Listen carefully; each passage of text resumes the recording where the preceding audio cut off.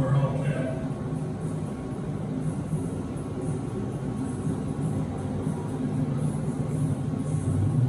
$707 horsepower, so easy, even a hot chicken.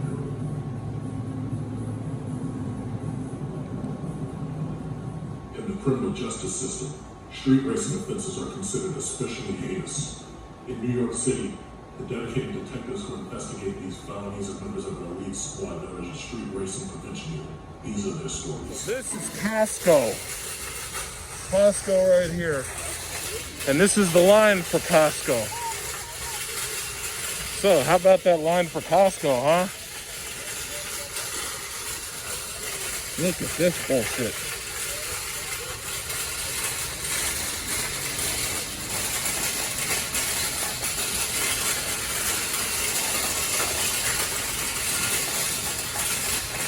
I'm going to start a timer just to see how long it takes me to get in. I'm thinking it'll take about 30 minutes from the time I get to the end of the line to the time I actually get inside Costco. This is insane. And if Trump has his way, it'll look just like this when you're trying to vote. Because he's trying to do everything he can to stop people from voting so that this way he can try to cheat the election.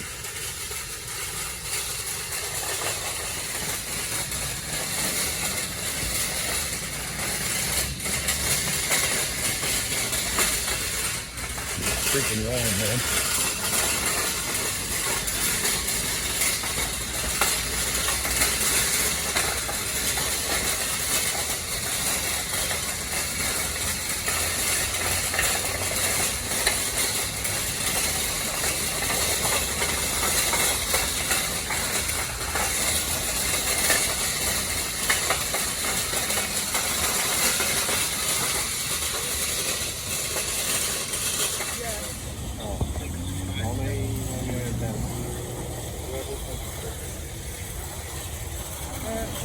What is that? What do you know? Somebody doesn't want to wear a mask.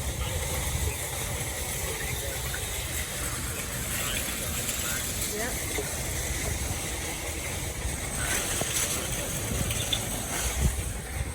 Man, this is ridiculous. I'm thinking it'll probably be a little bit less than 20 minutes now, that because the last time I was here, the line was all the way around to the end of the store. So my guess is probably be about 20-25 minutes. This sucks.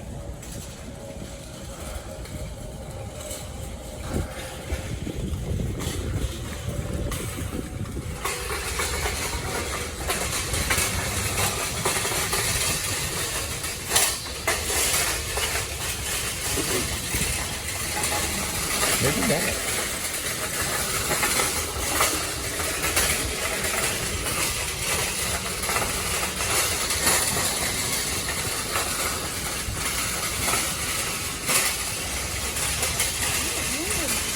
Yeah, last time it took less than 30 minutes.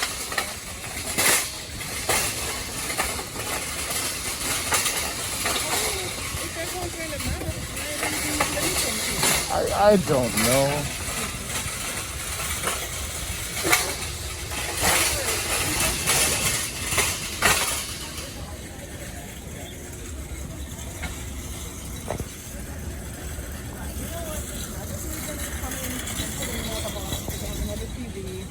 Let's just go ahead and do it. So your business page.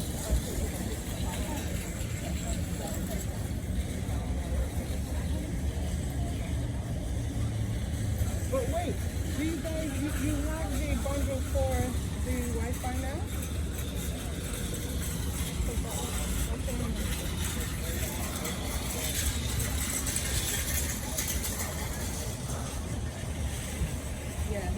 They put that so okay.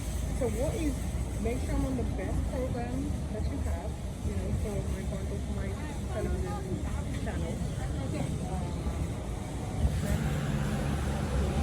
And I want like free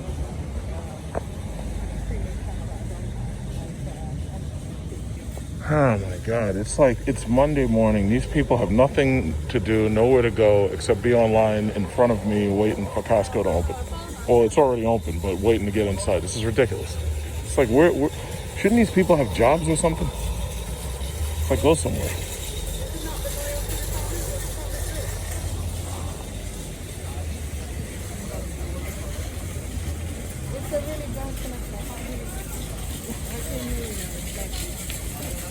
All right, so it is currently 11:52.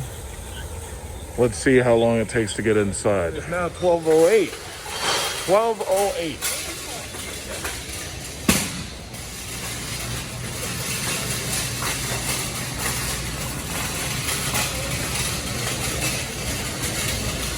Huh?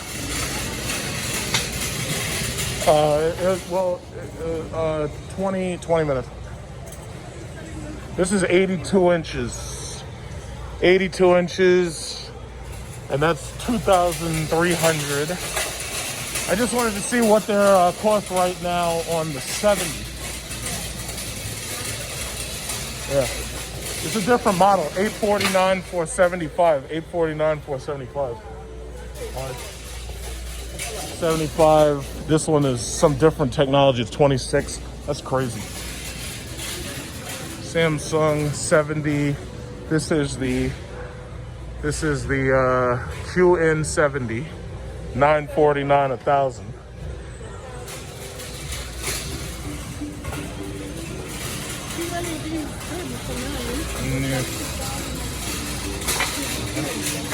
This is a TU70J, but this is a 65.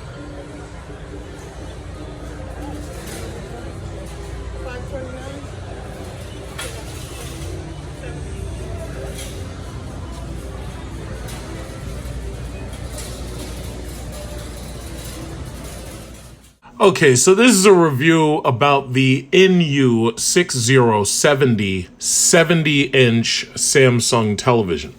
Now, first thing you'll probably want to know, which we're going to get into, is what's the picture quality? Should you trust it? Should you buy it? Or should you spend more money and buy something else?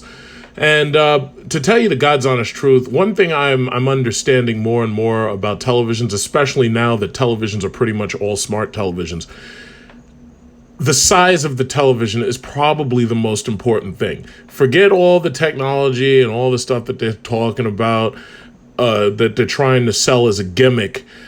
Ultimately, you want to have a really nice big screen television so that you can put a big couch in front of it, and when you come in and relax, you can relax right in front of it. On a hot summer day, you're sitting in front of it watching sports, or you're watching politics, like you're watching America burn with Trump giving out welfare checks and running up our deficits and whatnot. So basically, you want to be able to sit down nice and comfortably. Like, for instance, during those nights of rioting and looting by Antifa and whatnot, you want to be able to kick back, relax, and you want to watch entropy take its place. So a large screen television is a lot better than, actually wasting a lot of money and trying to get one of these new 8K or 16K television. You spend $5,000, $10,000 for technology that you don't even really have. Most likely you have a set-top box that is upscaling from 720p to 1080p. Most likely the only 4K devices that you have in your house are probably a PlayStation 4 and an Xbox X, and that's probably about it. So why spend a lot of money when you don't have to? This television will probably cost you less than $600 depending upon where you get it. Some people don't have a Costco membership. Some people don't have a BJ's membership. This television comes with all the technology you could possibly need. What I will say is that because it's cheap, it obviously lacks a number of features that you would probably want to have in a more expensive television. There are only 2 HDMI ports. Some people would probably be upset with the fact that there's only 2 HDMI ports. That means that you can only connect 1 or 2 devices, and that's pretty much it. Most likely it'll be one device going straight to your set-top box, and the other one might be a video game system. It comes with a relatively simple remote to use, but ultimately the remote that it comes with, and by the way, this isn't it. This is the remote for the fan. This remote that you see now in my hand is actually the remote that it comes with, and it's a very, very simple remote. I was actually disappointed with this remote because they put the diagonal button all the way at the bottom, which means that when you hold it, you'll end up holding the remote more towards the bottom rather than resting it centered in your hand. You'd think that these companies would pay more attention to the center of gravity for their remotes, but they don't. Not only that, I feel all remotes should either be backlit or they should glow in the dark with super luminox paint. This remote does not have a backlight, so when you push the buttons, it doesn't light up. A single LED could have lit this remote up and it would have made it easier to see in the dark. And considering the button layout is very unintuitive, with the exception of the volume and channel button, I felt that, yeah, I would have preferred if they had changed the layout a little bit better. Now, a smart television means that even if you do not have a ready cable box to plug into the television, all you need to do is connect to Wi-Fi and you can run pretty much everything you want to watch off of Wi-Fi. If you are subscribed to Netflix, HBO Max, YouTube television, Amazon Prime, what else is there?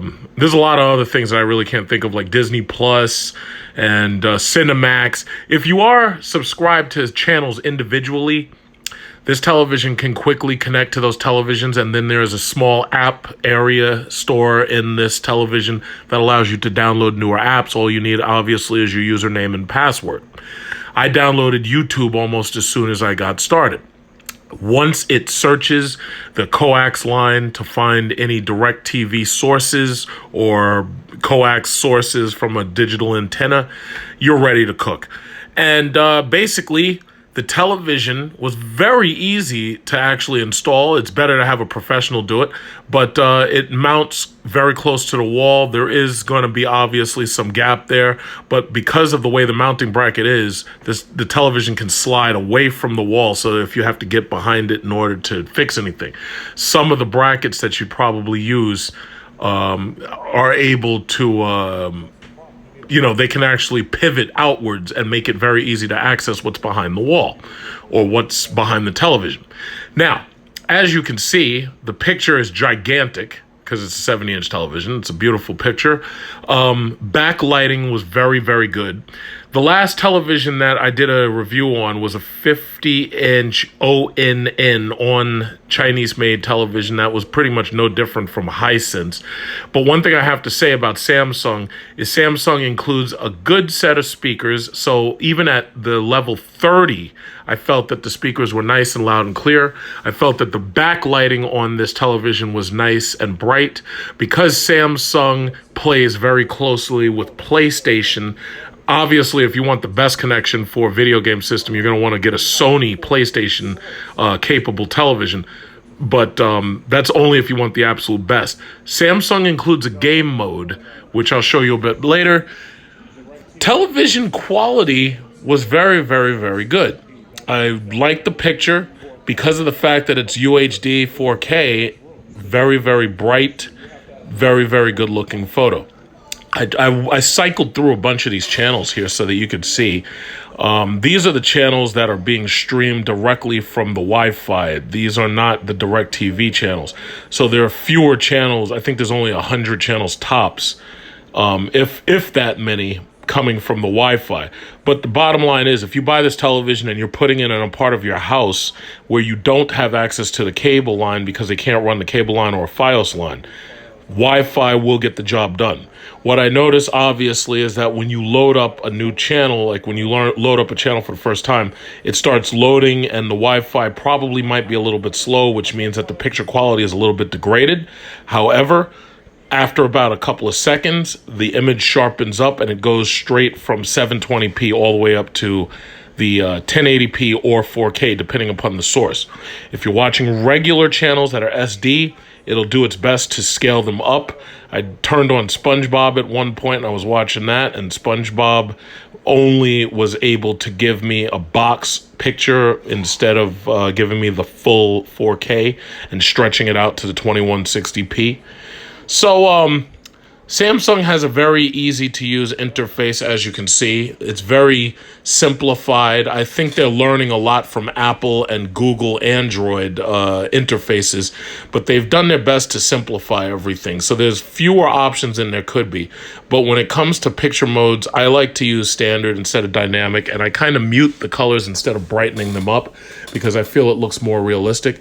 The issue that ultimately is going to plague all of these LED backlit televisions is that because they're backlit, what ends up happening is the picture is going to be brighter than normal. So that means that the color temperature is always going to be a little bit cooler than it normally would be in real life.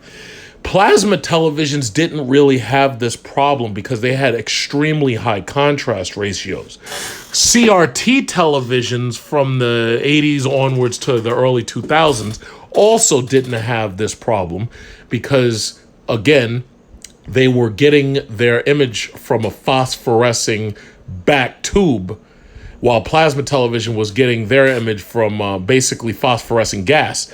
LCD LED technology still is always going to have an issue with brightness.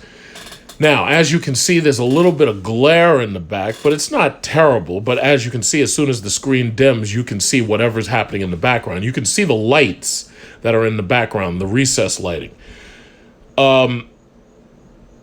The picture quality is great, but in my opinion, obviously, it's not as good as, say, a plasma or a CRT when it comes to color temperature. Most people are going to ignore that, though. They're going to be happy buying a 70-inch television simply because it's a 70-inch television and the pictures are gigantic.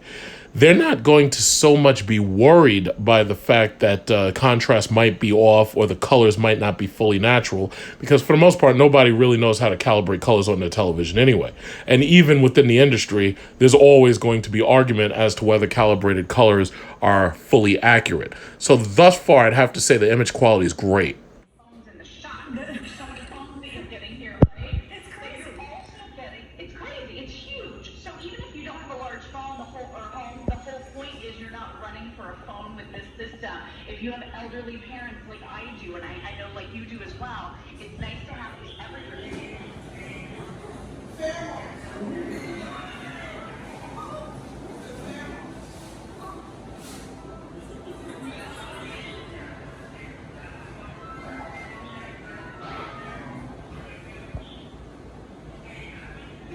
They change a lot.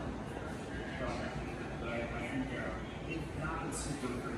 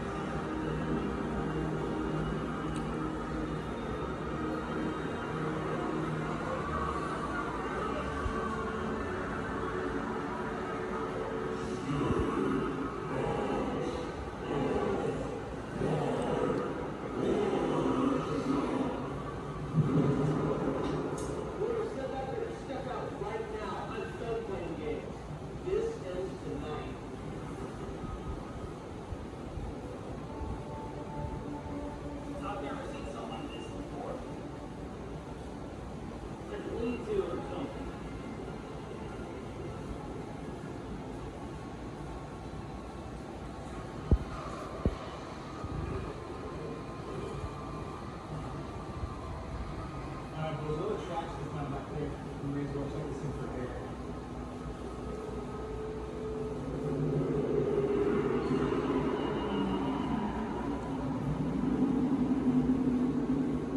Is that it? Is that the creature? It's time to find out.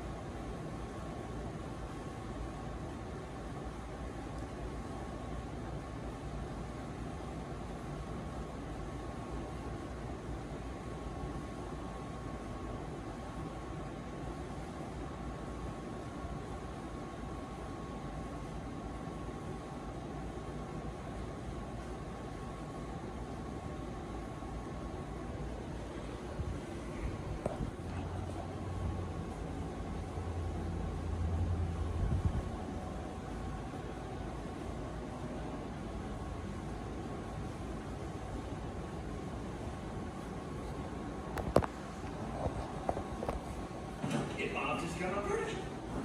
On lamps. On chairs. On mattresses. On roof, too. Get Bob's discount. Only at Bob's Discount Furniture. Look at her.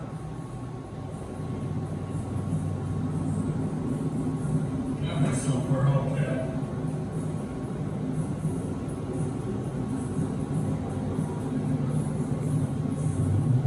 $707 horsepower, so easy, even a hot chicken.